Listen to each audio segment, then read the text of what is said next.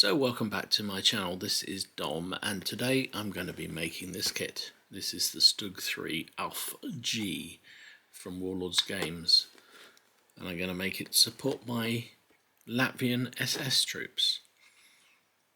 So let's have a look. So I picked up this kit from Warlords during their Black Friday sale. It came with tank riders, which I thought would be an interesting option for my Latvians.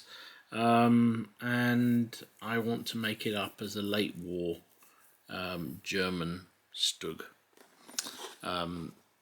It's a IIIG kit, and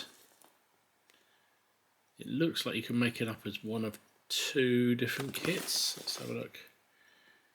Can be built as a Stug 3 IIIG or the Stug STUH-42, which I think had some kind of smooth bore gun on it. I thought something like that. You can also have the options to put the skirts on, which is an option. So, quick history lesson on the Stug. Stug 3 was a well-armed and armoured vehicle based on the tried and tested Panzer III chassis, manned by the artillery originally. It was considered a mobile howitzer. It went through many variants during World War II, and indeed it was one of the few armoured fighting vehicles to have served throughout the war on all fronts. Yeah, the early versions had a very short-barreled 75 gun, and as they started to use them as anti-tank weapons, they upgraded the guns. Stug 3 had good frontal armour. Its low profile making it ideal for performing ambushes, presenting a poor target for return fire. It is armed with an efficient and powerful 75mm gun and carried an MG42 for close defence. Stugs were welcomed by their infantry comrades, supporting their attacks with HE shells or knocking out enemy tanks to the extent, but by the end of the hostilities they had amassed more kills than any other German vehicle. This highly detailed kit can be built as either the Stug 3G assault gun or the 105mm Stubelhalber infantry support gun.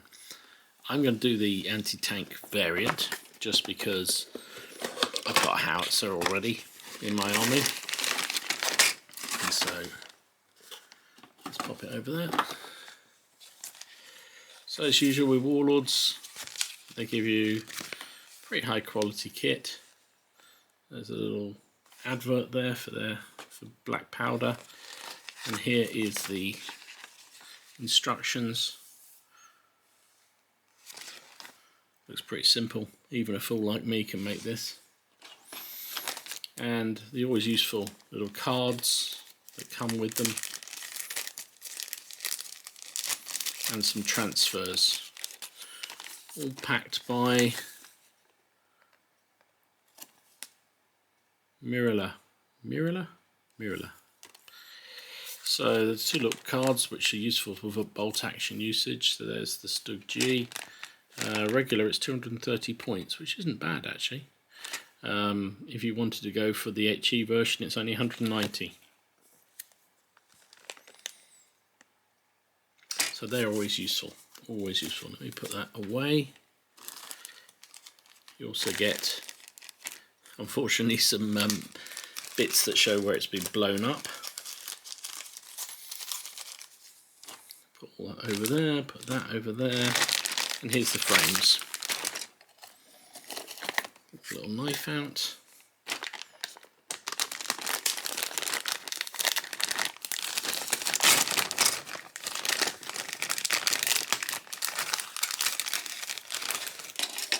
Disposing of this sensibly. So 2 sprues, that's all you get. There aren't many parts to this, so it's in my kind of model. I'm not a modeler. I'm a gamer who likes to get the figures on the table as quickly as possible. You've got this chassis on top. Some little bit of fiddly bits there, but not too bad. You can have the driver out or not, as you see fit. And there's all the tracks and everything. Looks very simple. Let's make the first bit. Back in a bit. Okay, so I've made up the two wheel sections. They went together pretty easily. Just have to put one of the cog wheels on there and just make sure you're the top and bottom that join in on the ends there. So that's fine. That's all fine. I've stuck the first set of wheels down on the lower chassis. You can see here there's sort of, inserts for them to slide into on the outside. So I'll just show you on track here. Sorry, I get my hand in the way. You have these little lineups there, and that just slides into those holes. There we go.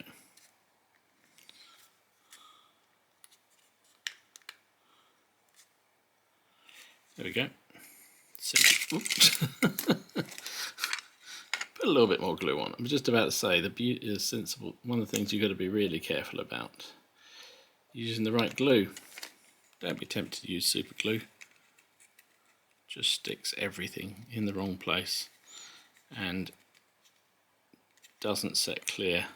This stuff and any kind of liquid glue, liquid plastic glue, is far better in the long run. May take a little while to bond like that one did, but it's better in the long run. So there's a front plate for the front of the tank here. There's an option to put extra set of tracks in there. You do need to drill out the holes, but that's easily done, just a little drill like that. Not sure which way around this goes. Does it matter? Always a good idea to dry fit first if you possibly can, just to check. Doesn't look like it matters which way around this goes. So let's get our liquid glue. Slap that all on there.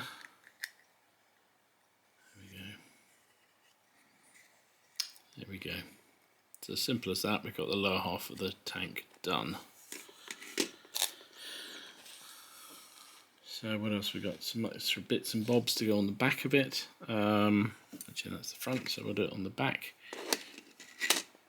Some extra bits and bobs that go in there, like toe bits and what have you. And that is largely it on the bottom side.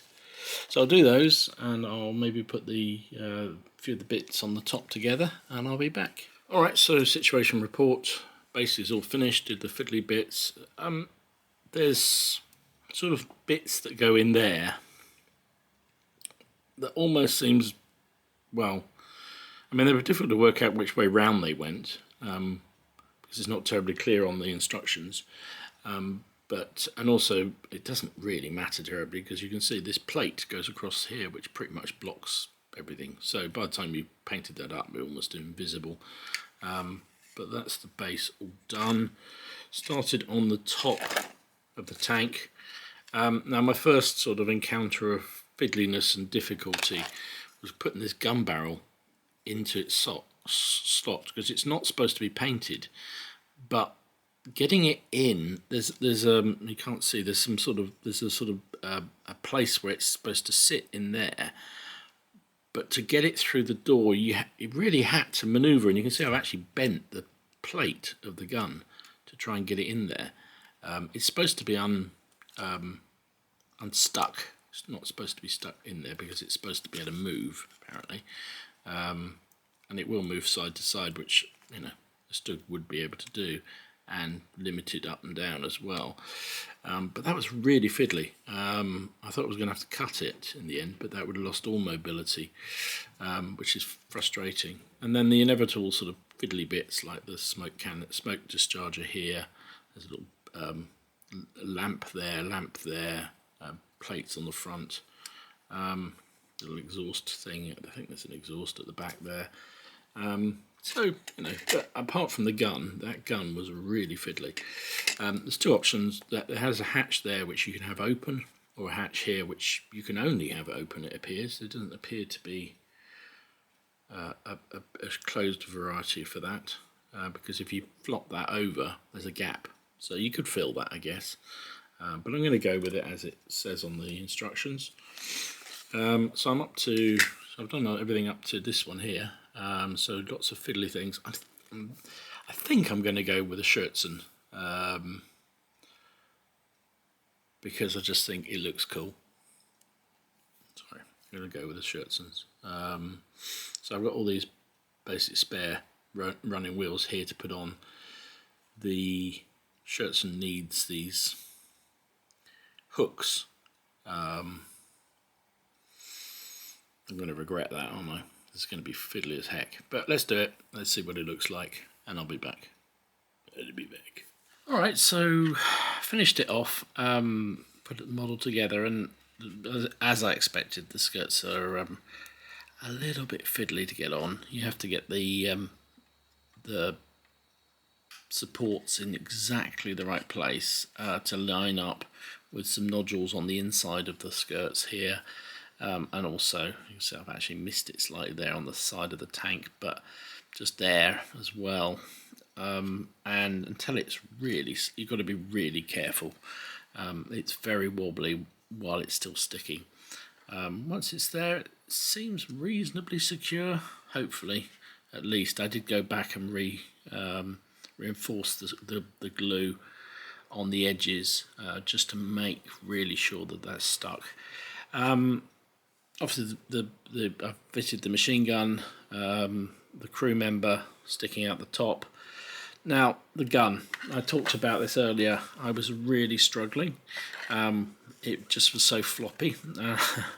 And I realised that actually this piece was a vital piece of the connection. Now, in my defence, it's not terribly clear that what appears to happen, you're supposed to push the gun through there, and then this piece goes in and clips it in place and gives it the mobility. I didn't really notice that, so it's my bad. So having forced the sort of shield, if you like, of the gun into the socket, I couldn't force it back out again.